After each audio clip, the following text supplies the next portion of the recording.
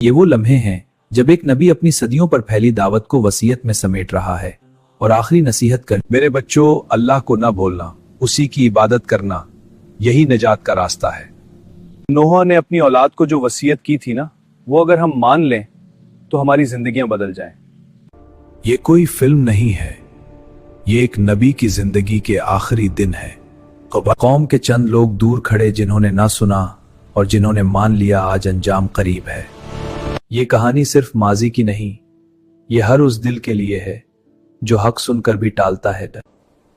اے اللہ، میں نے تیرا پیغام پہنچا دیا۔ یہ وصیت صرف الفاظ نہیں، یہ ایمان کی امانت ہے۔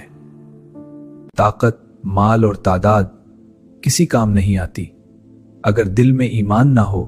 ایک نبی، ایک طویل جدوجہد اور ایک مکمل زندگی۔ نوح کی زندگی ختم ہوئی مگر ان کی نصیحت آج بھی زندہ ہے۔ نوح کی وصیت اور آخری دن، اور سوچیں کیا ہم سننے والوں میں ہیں؟ نوح کی وصیت اور آخری دن، اور سوچیں کیا ہم سننے والوں میں ہیں؟